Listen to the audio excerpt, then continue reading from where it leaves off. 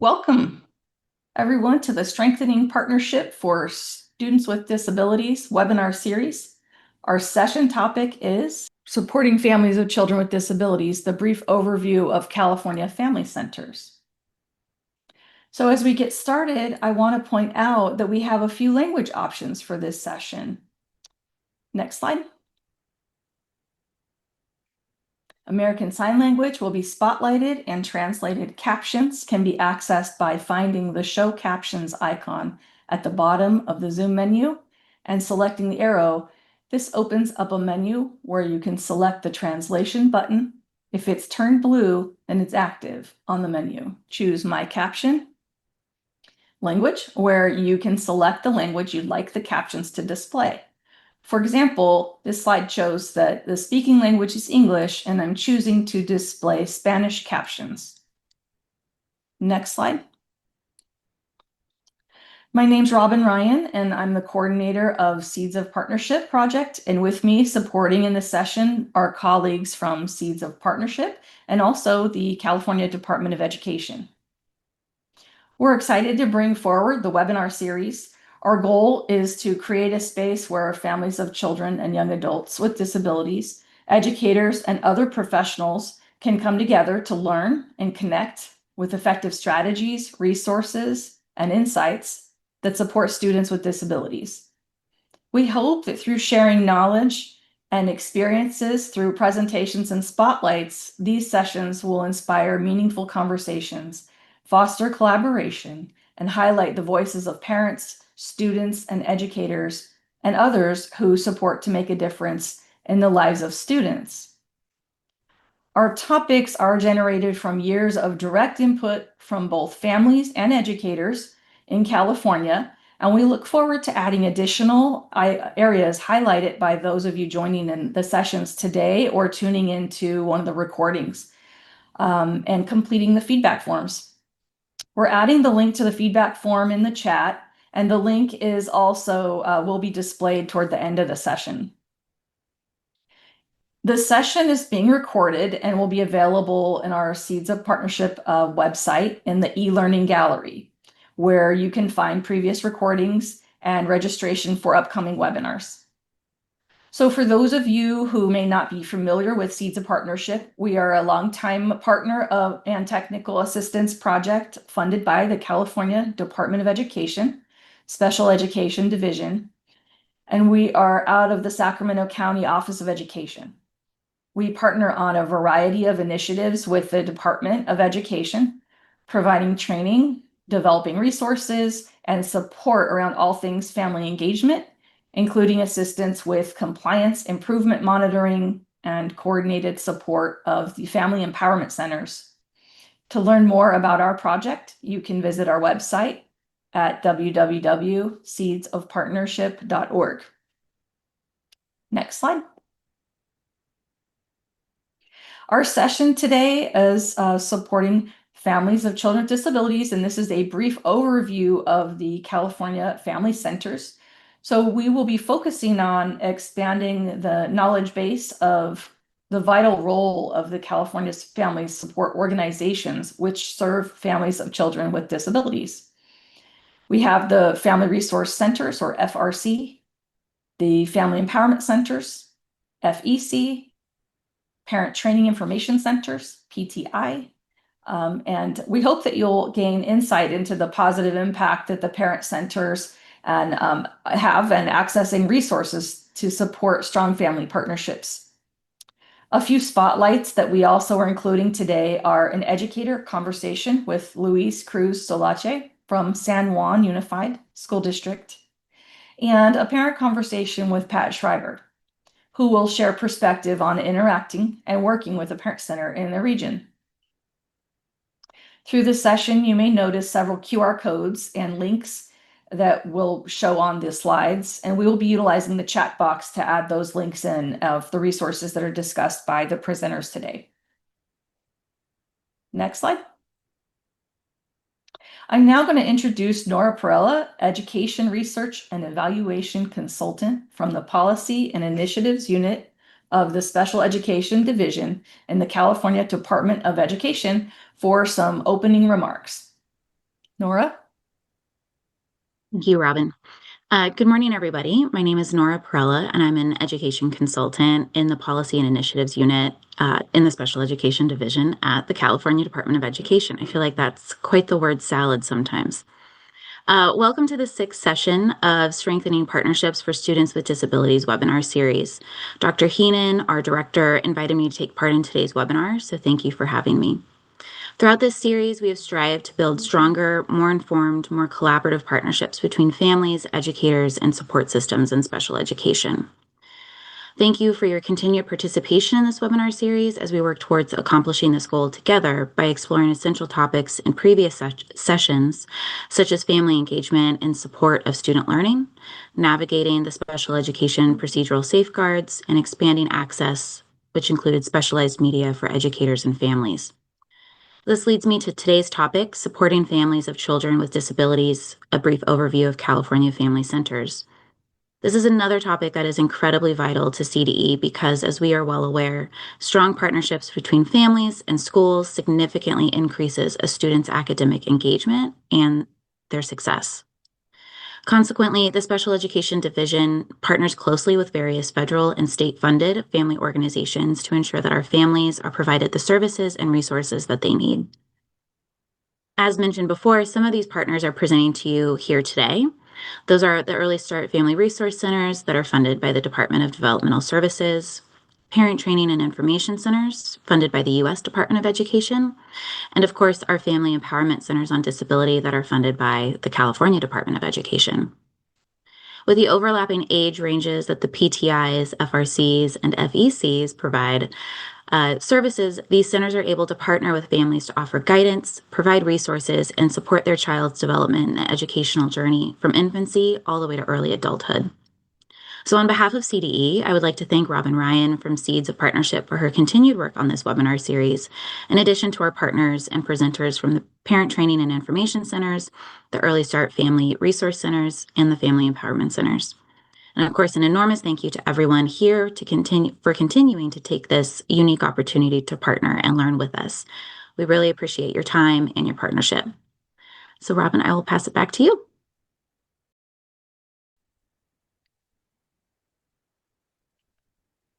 Thank you, Nora, for those welcoming remarks. Our topic, we can go to the next slide. Thank you. Our topic is supporting families of children with disabilities. But why is parent and family support important? Well, as many of you likely already know, the needs and resources look very different from family to family across our state. Some common reasons family support is important are that it provides parents access to information and services, which empowers parents to make informed decisions and navigate healthcare and educational systems. Parent support is often needed in skill building and advocacy tools to enable parents to better support their child's development and advocate for their rights. Another factor is emotional support. The opportunity to connect with other parents going through something similar helps parents feel less isolated and more understood through the shared experiences that they have the opportunity to embrace. There are, of course, other reasons why parent support is important, but these are just some examples. As you learn about the various resources today, I invite you to think about how have you accessed these organizations? If you have not yet connected with them, how could these resources apply to your child if you're a parent? Or a family that you know or are working with if you're an educator or parent center staff? Maybe there's a colleague or a friend that could benefit from something you learned today about these programs. Next slide. So one resource in California which parents have access to that provides support related to disability are these California Family Centers. These are centers that receive specific funding to focus on support to parents and families of children and young adults with disabilities in California. And I'm going to just walk through. So Early Start Family Resource Centers serve parents of children birth to 3, and they're funded by the Department of Developmental Services. And Yvette Baptiste will share about the Early Start focus, and as well as she's going to share about the Community Navigator program. The Family Empowerment Centers serve parents of students and young adults aged 3 to 22, and they're funded by the California Department of Education. And I will share more about them in a little bit. And there's also parent training and information centers and community parent resource centers, and they serve parents and young adults age birth to 26. Alyssa DiFilippo will go over this information and share a wonderful resource that focuses on secondary transition offered through Parents Helping Parents, which is one of the centers. This is the overview of how we will provide the information to you today about these parent centers. It's important to note that several of the family centers in our state receive funds from all of these. Some receive funds from all of these programs. Others receive funds from two of them. And others are funded only by one of these funding streams to serve the particular population in their region. So many of the centers also have local contracts or grants that serve specific populations or activities. And so that's why it's very important to note that each of the parent centers and the services that they offer, they differ from each other as we look across the state. We can go to the next slide. And I'm now going to hand over to Yvette Baptiste, who is the Interim Executive Director of the Family Resource Center Network of California, or FRCNCA, and Executive Director of Eastern Los Angeles Family Resource Center. Thank you, Yvette. Thank you, Robin and Nora, for such a great introduction. As Robin stated, I'm Dr. Yvette Baptiste. My son, Andrew, was served by both education and regional centers. And I am the director of the Family Resource Centers Network and the Family Resource Center that serves Eastern Los Angeles.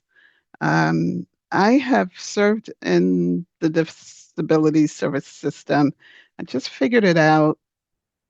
Next year will be 40 years. So I'm starting to feel a little crinkly. But I've done that in a variety of ways and hopefully will continue to do so for a little bit longer.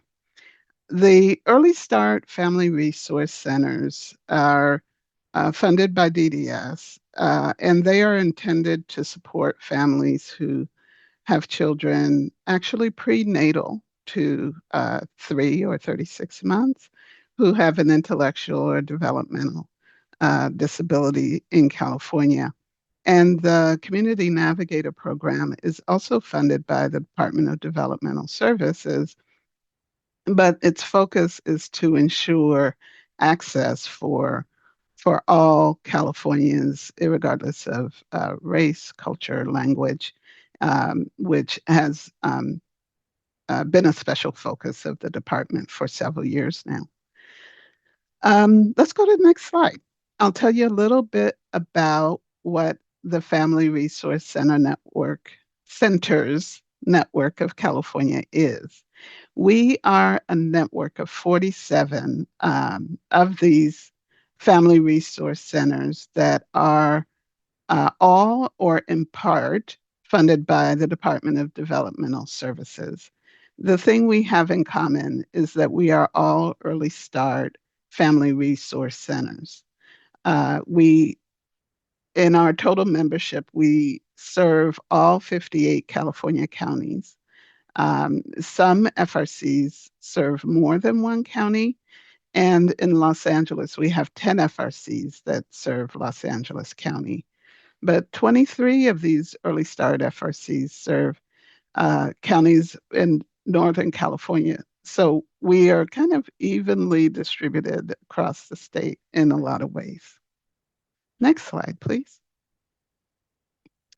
And one thing I'll mention about the Early Start Family Resource Centers is that we are a very specific type of family resource center. We have a lot of different programs, and we serve, some of us can serve various populations.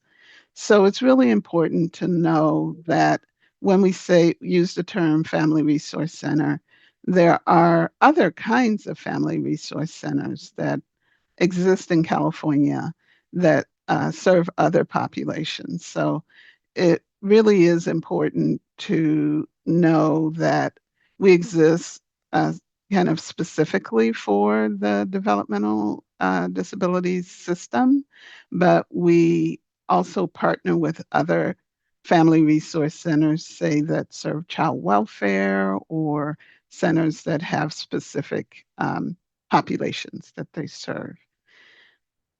The last thing that I kind of forgot to mention in the other slide is that a lot of us came to be uh, during the 80s with the inception of IDA Part C and the um, effort in California to develop that that system here in California.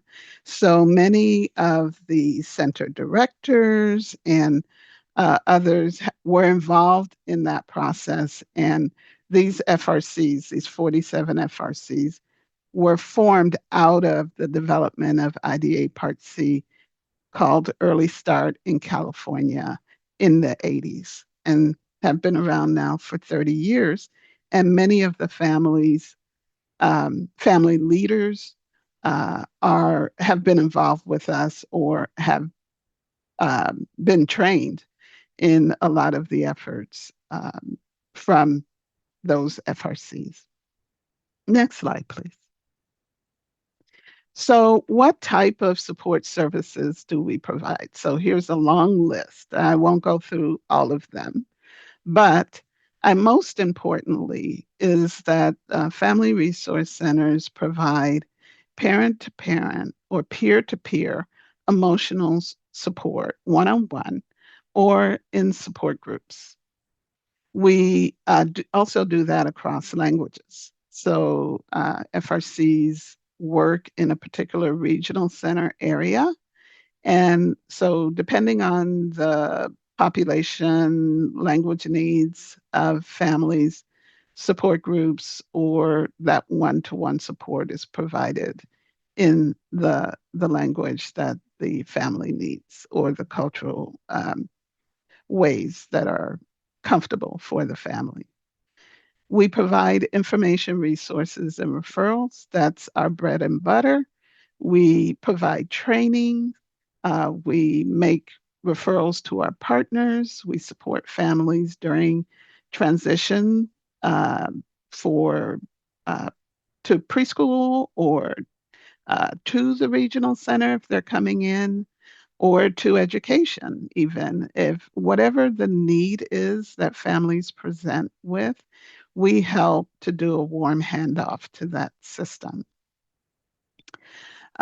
We go into meetings, what are called IFSP meetings. Those are the meetings that families have with their service coordinators at regional center to develop the goals that they have for their child. And we help the families to prepare for that meeting, or if they need some handholding or some technical support when they're in those meetings, we can provide that for them. We do a lot of navigation also in this and a lot of leadership and mentorship, right? I mentioned that we did that. We've done that from the very beginning, and a lot of folks that have uh, community-based organizations now were once trained by their local FRC. Next slide, please. So I want to tell you a little bit about the Community Navigator program. This is the second program. This actually is a program that serves the whole lifespan. So it is available to those who use regional center services or who want to use or feel that their loved one or their child um, qualifies for regional center but is unsure how to get there. And so we are charged with doing this across California in all counties. And we increase the knowledge about disabilities and the systems that exist in California for support of people with disabilities. We help with nurturing those advocacy skills and helping people, both individuals and families, be able to feel empowered to impact their lives and the lives of those they love. We create a sense of community that we all work together as a community to make sure that people have what they need, building those support networks. And as I said before, guiding families to access or just understand the regional center and generic services. Next slide, please. So the focus of this particular program is because on this, the focus is on cultural and linguistic support to individuals and families to make sure that all people have equitable access to regional center and generic community-based services. And we found that there are three things we have to do around that is to help with understanding and help with access. But using the services can also be very complex. And so that requires a lot of one-on-one meetings, trainings, and other support efforts like helping someone fill out an application, helping someone prepare for an SSI meeting. So it can run the gamut, but it is all very individualized to the individual or the family. There is a need to always be in partnership with our service system. And so regional centers and families need help at times building that trust. And we are kind of a party that does some of that by ensuring that people have clear their lines of responsibility and their lines of influence and support to families.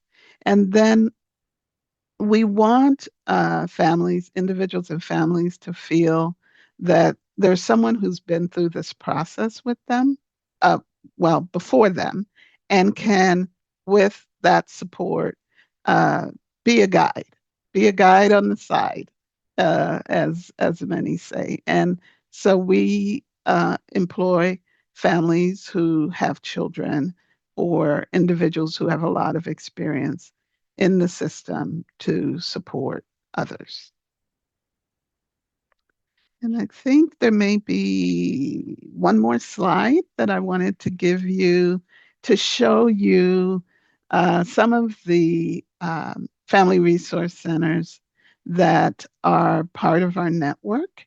And you might go around town and see their name on a building or see their logo and come back or make a U-turn and come back and visit us. So um, thank you so much, Robin, for inviting me to let folks know a little bit about Family Resource Centers and the Community Navigator Program and the support that's available there.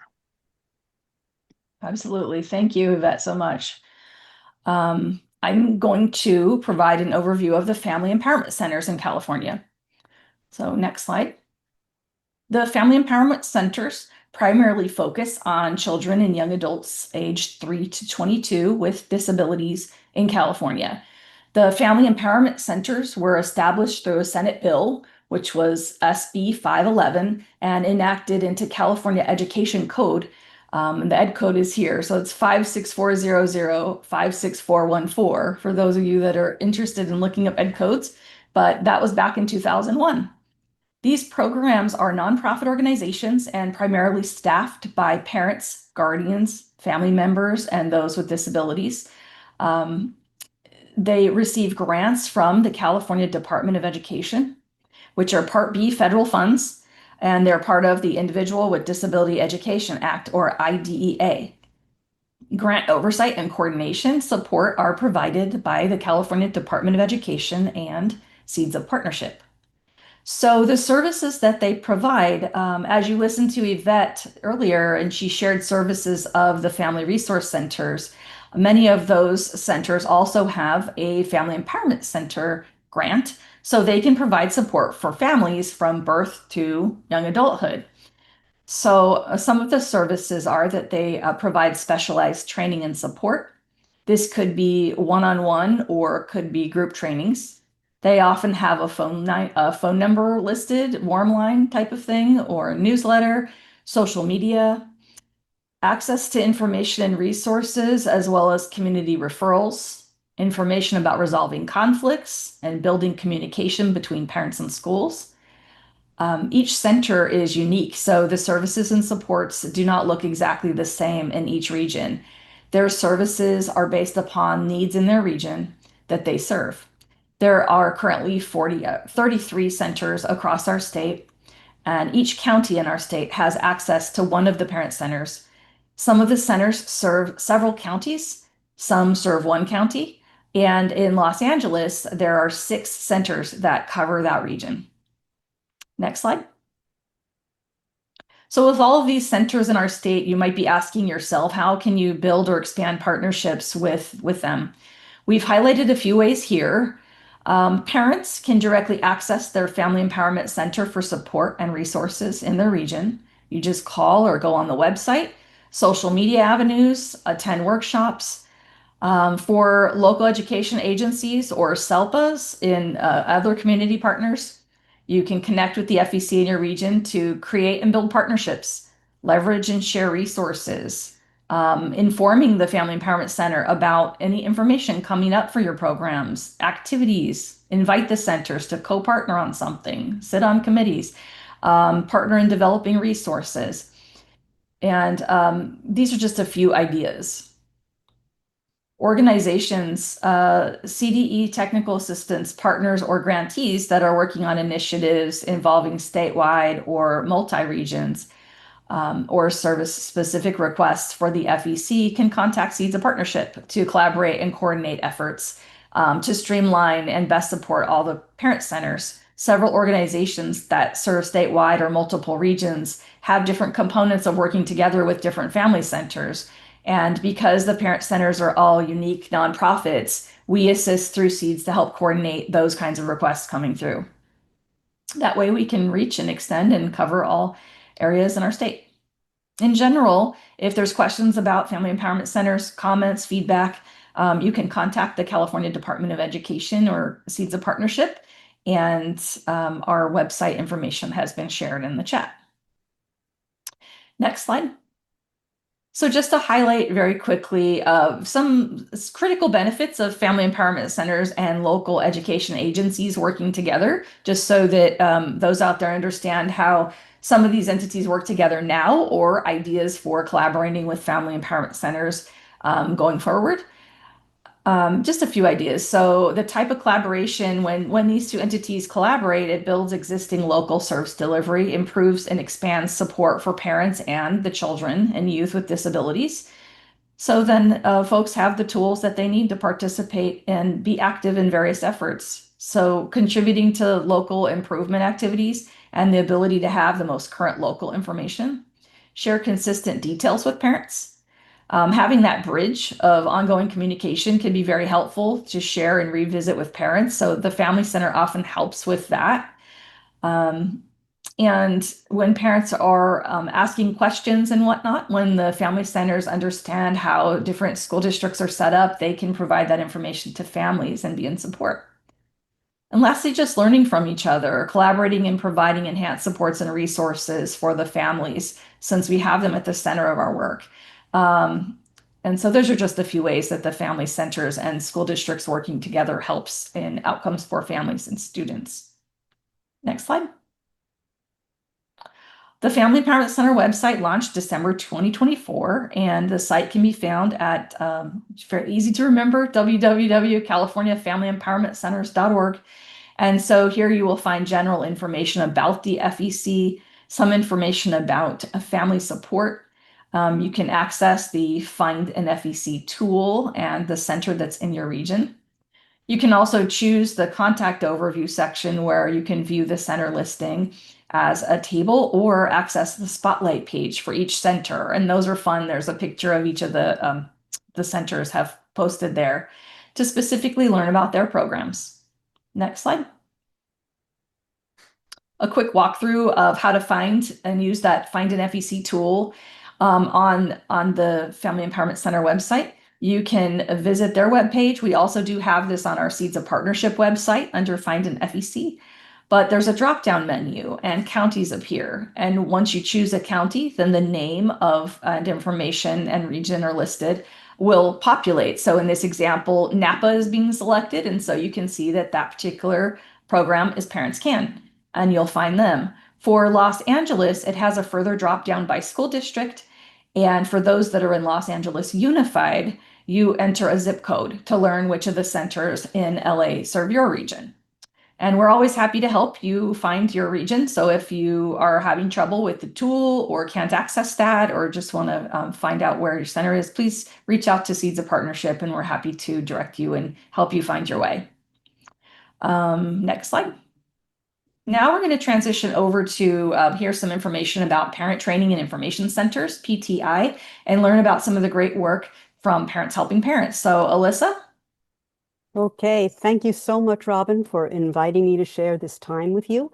I am Alyssa DeFilippo with Parents Helping Parents. We are a Parent Training Information Center, PTI, located in San Jose. And as a PTI, we serve Monterey, San Benito, Santa Cruz, Santa Clara, and San Mateo counties.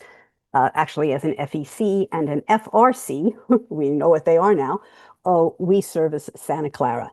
And I have a 27-year-old daughter with Prader-Willi syndrome who brought me to this work. Next slide, please. So Parent Training Information Centers are nonprofits funded through the U.S. Department of Education, Office of Special Education. They began in the mid-1970s as part of IDEA. You've heard that acronym before, Individual with Disabilities Education Act. And in fact, PHP is celebrating its 50th anniversary next year. So yay for that. And also yay for the fact that, as I understand it, many PTIs have been granted their next 5-year grant cycle. So knock on wood, wonderful news. There are nearly 100 parent training information centers, PTIs, and community parent resource centers, those are CPRCs, which are PTIs with a more focused approach, a more particular target market in the US and the US territories. You can find your parent center anywhere, but in California, by going to the Find Your Parent Center link, which will be dropped in the chat. And the Center for Parent and Information Resources is also a wonderful resource for all sorts of information. But there is where you will find your parent center. Now, there are 6 PTIs in the state of California and 3 CPRCs. Centers cover different areas, certain counties. So if you live in that county, say if you live in Marin County, you would call Matrix Parent Network. If you live in Santa Clara County, you'd call Parents Helping Parents, and so on. This doesn't mean that if you call a parent center outside of your area, that the resource specialist on the other end of the phone is not going to help you, but more likely than not, they may answer your question and then refer you to the PTI that serves your district. Next slide, please. Parent center staff are knowledgeable, committed experts on issues relating to babies, children, young adults, and adults with disabilities. So that time frame of 0 to 26 that Robin was talking about earlier. We want to help families and parents learn how to participate effectively in their loved ones' education and development, and also partner with professionals to improve outcomes for all children and young adults and adults with disabilities. So not all centers do all these things, but many of us have one-to-one consultations, a helpline with people on the other end of the line to answer your questions, peer-to-peer support, in-person and virtual, now lots more virtual, right, since the pandemic, but in-person and virtual specialized trainings and presentations by experts in a wide variety of disciplines, in-person and virtual support groups and community events, certainly covering all topics, an emphasis on that understanding IEP and special education, of course, and a wide variety of resources found on our websites, through our e-newsletters and video libraries, all to help parents and families better understand their loved ones' educational and developmental and lifelong needs, how to learn how to effectively communicate and collaborate with service providers, participate maybe in school reform and improvement movements, and become a valued member of whatever team your loved one might be involved in throughout the span of their life. We want to foster community and share knowledge, and certainly collaborate with our sister agencies throughout the states, or the Department of Rehab, DOR, independent living centers, and the regional centers. And to make this work so much more authentic, the majority of employees at most PTIs I know are parents of children or adults with disabilities, or sometimes children themselves of a parent with a disability, or sometimes a sibling. So in that way, PTI staff is directly qualified to provide information and resources to those families to help them. Oh, we really are specialists. We have doctorate degrees in raising children with disabilities, and we're still actually in school of sorts, still training with our own lived experience. And most, if not all, services from PTIs are free. So, next slide, please.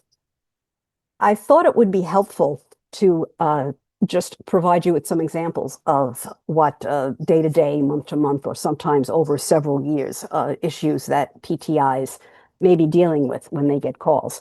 So you could have a parent of an 18-month-old who thinks that something just isn't right, and they've met somebody who might know about the Parent Training Information Center in their area, and they give a call, and that voice at the other end of the line is able to listen to them, help support them, maybe set up a contact with to see about regional center eligibility, maybe even make that referral for them for regional center eligibility.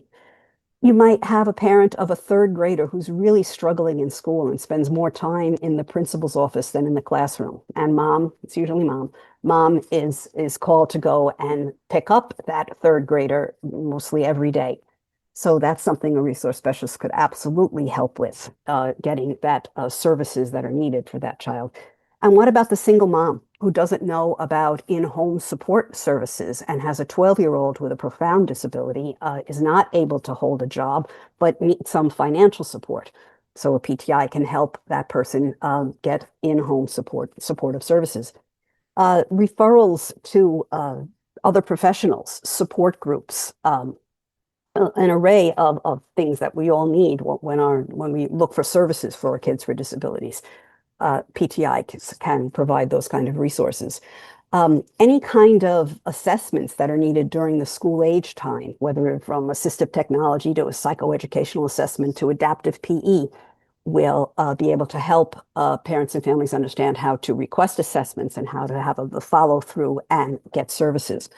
We'll also help with accessing public benefits and any kind of resources like Social Security or Medi-Cal, anything outside of the educational system as well.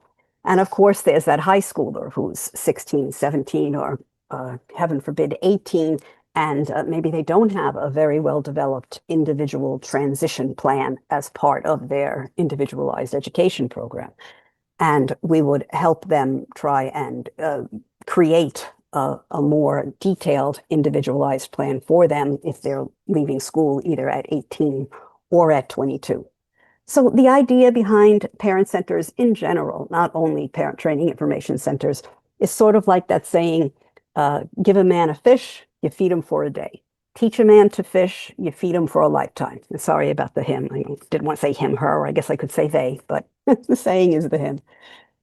So we want to educate and support parents to become educated about the systems, to communicate, cooperate, and contribute effectively, to be informed, but also we teach parents how to be grateful for the people's time on any of those teams that we talk about through the lifetime of their loved one's service. So because we have a variety of counties represented here today, we wanted to just highlight the statewide resource at Parents Helping Parents that I actually manage called Connections California. Uh, these resources extend beyond the 5 counties that I mentioned, PTIs as PHP as a PTI serves, and also well beyond that 26 years that the PTI funds, that 0 to 26 years.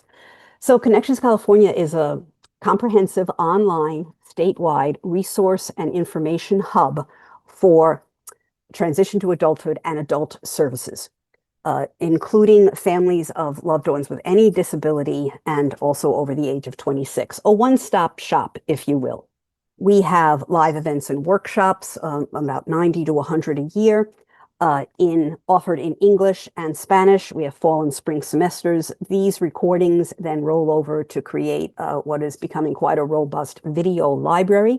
The presentations are usually no longer than 45 minutes, and then there's a Q&A. Sometimes when we put the recording in the library, we'll have just the video portion, not the Q&A. So somebody looking at it could say, yeah, I have 40 minutes. I don't quite have an hour, but I have 40 minutes to watch this presentation. We also have what we call downloads, more of a, written, well, on the screen, written information. So information and lots of links you can follow if that's more of your mode of learning as opposed to watching a video. And we have an open resource guide that's available 24/7. You don't have to call a resource specialist. You can just go to the guide and search whatever topic you want to search. Now, mind you, most of the resources are going to be in that PTI PHP's catchment area, but we're expanding. We are expanding, and we have also support groups, which now also could be virtual. We just want to provide information to folks with any disability. And on the Connections California website, I'm not sure that you can see, but we have 5 categories: self-advocacy, transition planning for teens and tweens, work preparation, education training, and adult life. And adult life in and of itself has 7 categories. So it's a lot, it's a lot to absorb, but so is transition to adulthood, right? So we have webinars on person-centered planning and planning for the future, and financial planning and living options, education and employment options, health and wellness, navigating other systems, and so on and so on. And we really like to connect with our sister agencies and communities who often join us on the webinar and then drop specific area resources into the chat and help facilitate our Q&A. And we also are providing information in that aging caregiver space, concentrating on how to prepare for when the aging caregivers, are no longer around. So we wanted to provide information and tools needed during and after and before transition to adulthood to help everyone feel more confident and empowered and hopefully less stressed during that time. So here is again, the link will be dropped in the chat for you. It's our fall calendar, hot off the press. You'll be able to register in this calendar. As I said, English webinars are almost always interpreted, have live Spanish interpretation, and we have a number of Spanish monolingual. In fact, we probably have more Spanish presentations than English because of the Spanish interpretation. The length of the events, as I said, are shorter, that 40 to 45 minutes. We have monthly themes in the calendar. So in September, it's transition to prepping for transition. October is employment. November is financial planning and public benefits. And then December is for regional center clients. And a resource, next slide, please. And one of our newer resources, although it's been around for a little over a year now, more than a year, is our transition to adulthood timeline. We have this in English and Spanish. Again, we'll be dropping the link in the chat. It has the categories down the left and age groups across the top, and you can just kind of go through it, take your time with it, go little by little. We advocate getting to know about transition to adulthood, even while you're kiddos in elementary school. And certainly self-advocacy goals have a place in everyone's IEP from kindergarten on. And that's what I'll leave you with. So thank you very much.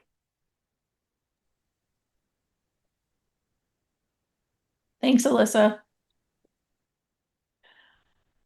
We could go to the next slide. So it's a pleasure to introduce Luis Cruz Solache, Coordinator, Family Community Engagement at the San Juan Unified School District, with us today to share his experience as a local education agency or school district of interacting and working with the local family center. Welcome, Luis. Thank you so much, Robin. I'm so excited to be here to highlight our partnership with Warm Line Family Resource Center. Yeah, so I work as a coordinator of family engagement for the Family and Community Engagement Department here at San Juan Unified School District. A little bit about our district. We are located in Sacramento County and we have 65 schools that we serve. We cover a wide range of Sacramento County, covering up to 75 square miles. And we serve a diverse group of nearly 40,000 students. Within our student population, 58.4 are from socioeconomically disadvantaged households. We also have a population of 22% that are English learners. And then students with disabilities make up 14% of our total student body. Um, in our rich diversity, we also have Spanish as a main language that's represented, Farsi, Dari, Pashto, Russian, and Ukrainian, and Arabic as well. Thank you so much. Can you describe the priority area or areas your LEA identified related to families of students with disabilities in your region, and describe that partnership with the Parent Center Warmline a little more? Yeah, absolutely. So, one of our strategic plan directions, our district just worked on launching a new strategic plan last school year. Out of the four priorities, one of them specifically calls out working with families and community partners as partners to support student success. And so, within one of those, priority subgroups, we found that families of students with disabilities was a group that for a while had felt unheard, unvalued, and that they needed the tools and the knowledge to be actively engaged in their child's education.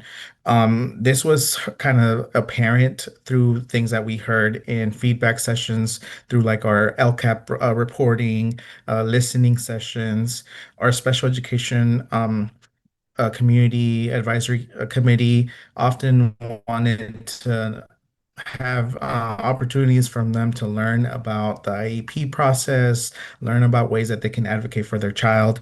And so, how to communicate better with their case manager, how to resolve conflict proactively. And these are all things that we heard. Our office is also the superintendent's designee to assist families with questions and concerns with that they need, that they felt they haven't been supported at the school site level, and they wish to escalate to a district level. And so, challenges with special education that are not unique to our district, right? Just frustrations around maybe sometimes staffing or services, wanting to better understand decision making, things like that are things that we would hear often. And so, our department, Family and Community Engagement, we work hard to be that bridge between the district and between homes. And one of the areas that we support is family education.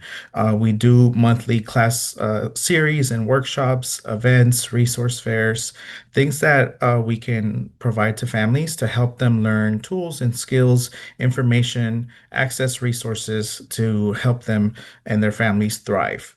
And so, out of that, we knew that Warmline was located and we were in the service area of Warmline Family Resource Center. And so we reached out wanting to start a partnership.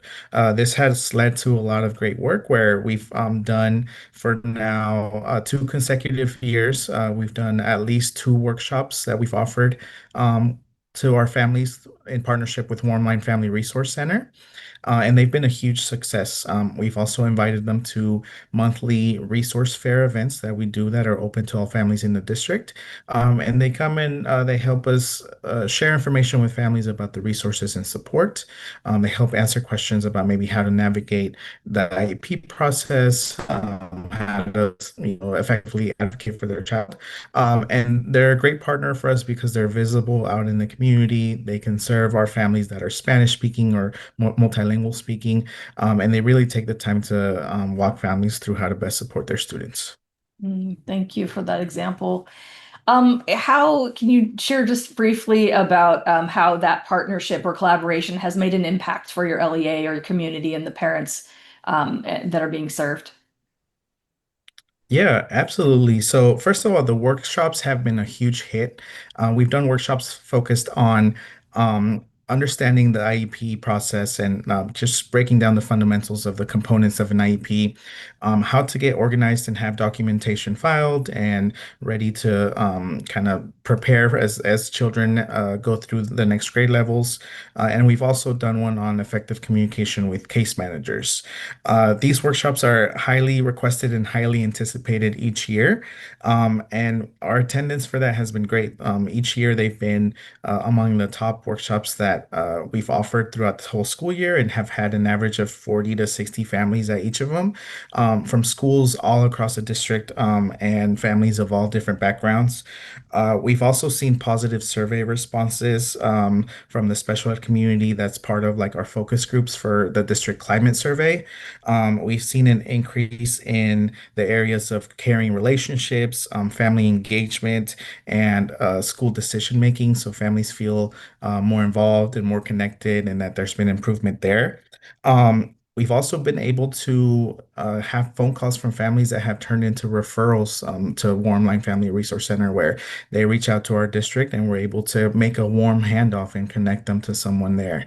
Um, Another huge impact is through these workshops and through the diverse groups of families that have attended. We've been able to demonstrate a need and kind of highlight that many of our multilingual families that have a student on an IEP process really need that support with understanding the IEP process, learning how to navigate that, and having information that's in their home language. So, Warmline Family Resource Center, if you check out their website, they have a really fantastic parent handbook, and they have it available in English and Spanish. But through our partnership, we were able to work with our Office of Student Learning Assistance and with our interpretation team. And we had that handbook translated into Farsi, Dari, and Pashto, which then increased access for our families that speak those languages. This has only been part of the huge impact, and we're really thankful to be able to work in partnership with Warmline. Thank you very much. Thanks, Louise, for joining us, and we're grateful for your time and insight that you're sharing with us today. So thank you. Yeah, thank you for having me. I really appreciate it. Thank you. We're going to transition now over to our next slide. And so today we also have the privilege of hearing from Pat Schreiber, who has generously agreed to share his personal experience with us today from a parent perspective of connecting with a local parent center. So welcome, Pat. Pat, tell us a little about your family and how did you first learn about the parent support organization? What made you decide to reach out? Thanks, Robin, for having me, first of all, and giving me the chance to share a little bit about the parent perspective. Yeah, so my son River, who's in the picture there that you can see, is 8. When he was about 6 months old, we discovered that he had some serious health conditions, which resulted in a diagnosis of cerebral palsy, epilepsy, and global developmental delays. So when we first had him diagnosed, I think we were thrust into a state of shock, and we're scrambling to understand and adapt to this new reality for our family.